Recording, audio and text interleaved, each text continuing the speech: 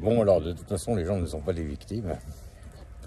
Je veux dire que de temps en temps, penser à soi, c'est un peu normal, et puis c'est même vital.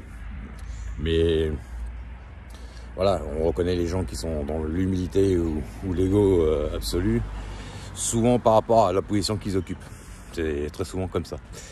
Donc après, évidemment, vous avez des gens, des fois, ils vont dire, voilà, la personne elle est dure avec moi, ou la personne elle est pas très sympa. Mais enfin bon, évidemment, quand vous allez voir quelqu'un, par exemple, qui a une boîte à faire tourner, un dirigeant, c'est évident que lui, il peut pas voir les choses comme un salarié la voit. C'est-à-dire que lui, il a une société à faire tourner. Donc lui, il pense à faire tourner la société, c'est évident. Donc en même temps, il est aussi dans l'humilité parce qu'il il crée un service. Il crée un service et il fait travailler des gens dans sa société. Donc lui, il va se dire, ah bah oui, mais c'est les salariés qui sont un peu égocentriques avec moi parce qu'ils disent que c'est moi qui suis le mauvais, alors qu'en fait, moi, je les fais travailler et puis je crée de la richesse. Donc quelque part, il est aussi altruiste. Donc voilà.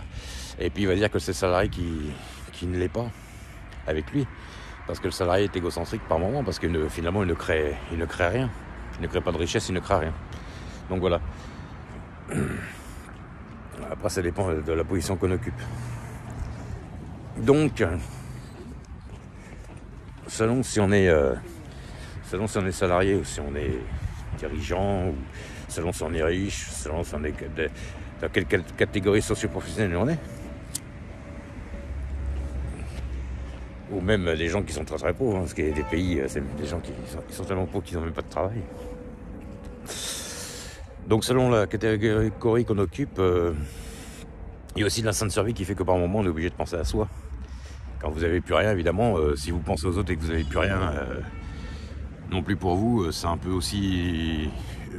voilà, faut pas non plus être fou, quoi. Si on n'a plus rien, on peut pas donner aux autres, faut pas non plus être débile. Donc ça dépend des situations.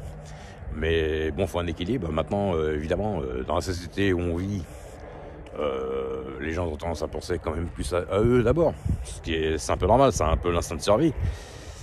Et puis, on partage aussi un peu avec sa famille. Mais voilà, c'est pour ça qu'il y a des moments où on sera du côté clair, un moment où on sera plus du côté sombre. Mais enfin, il y a des gens quand même qui sont... voilà, qui ont des influences quand même à plus être comme ça que d'autres. Voilà.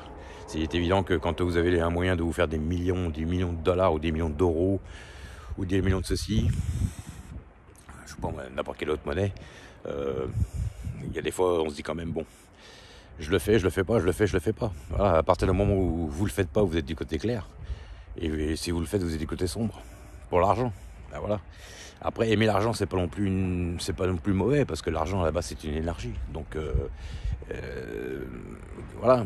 C'est celui qui gagne de l'argent honnêtement sans porter préjudice à autrui est encore une bonne personne. Maintenant, celui qui gagne de l'argent en portant préjudice à autrui, ça, c'est différent. Là, lui, il est dans l'égocentrisme et on va dire, c'est ce qu'on appelle Satan. Donc, ça tient, en fait, le diable se cache dans des petits détails. Voilà. On l'appelle le malin, c'est pas pour rien. Voilà. Le diable se cache dans les petits détails, comme on dit. Donc, voilà, n'importe qui peut être dans l'ego, n'importe qui peut être dans l'humilité. Ça dépend juste de la situation, du moment et de la position qu'on occupe. Voilà. Il y a des pays où c'est tout le temps la guerre. C'est évident qu'au bout d'un moment, quand vous êtes en mode guerre, vous avez l'instinct de survie qui vous dit je vais quand même penser un petit peu à moi aussi en premier et puis peut-être à ma famille. C'est évident qu'on ne peut pas toujours être non plus dans le monde des bisounours. À l'inverse, il ne faut pas non plus être trop dur non plus tout le temps. Voilà, moi je pense que c'est encore une histoire d'équilibre. Ciao.